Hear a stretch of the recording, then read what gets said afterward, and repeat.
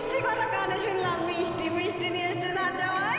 জ্ঞান বুদ্ধি হয়েছে তাহলে শ্বশুরবাড়ি না জামাই এসছে মিষ্টির হাড়ি হাতে নিয়ে। বেশ বেশ বেশ, ভালো প্রতিশোধ আছে।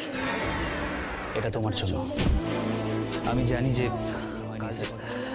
আসলে আমি একা, তাই ধরে নিন যে আমি নিজে এসে এই পাকা কথাগুলো বলে দিলাম। কাল থেকে কত রকমের কনফিউশন ছিল, সেটা আজ মিটলো। দেখে আমি অবাক হয়ে যাচ্ছি। তোমরা জেনজি, বেশ সাবধানী তো। হতে পারে। দেখ, বিয়ে করবে সোনাকে, আর এদিকে এসছে রূপার কাছে জানতে যে বোনকে ভালো রাখতে পারবে কি পারবে না। তুই কাকে বলছিস বলতো? কেন দাদাই?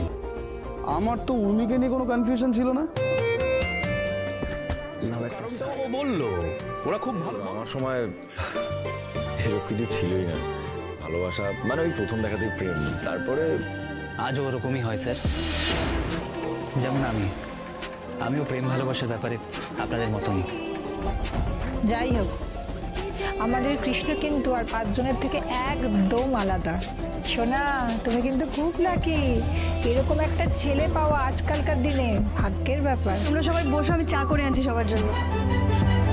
মা, মা তুমি কোথায় যাচ্ছ? রূপা একা একা কিচেনে গেল, আমি যাই ওকে। মা, ও সবটা একা সামলে নিতে পারবে। তুমি প্লিজ এখানে থাকো, প্লিজ। বলছি, কালকে রাতে তো তুমি এসেছিলে ডিনারে, কিছুই মুখে দাওনি, চলে গিয়েছিলে। আজকে ব্রেকফাস্টটা করে যাও অ্যাটলিস্ট, আমাদের ভালো লাগবে। তা ভুলে যাও না, কালকে কিন্তু তোমাদের এঙ্গেজমেন্ট, ঠিক আছে? Krishna, thank you. এসে গেছি, শপিং করে সবকিছু নিয়ে এসেছি। শপিং মলটাকে তুলে নিয়ে এসেছিস রে।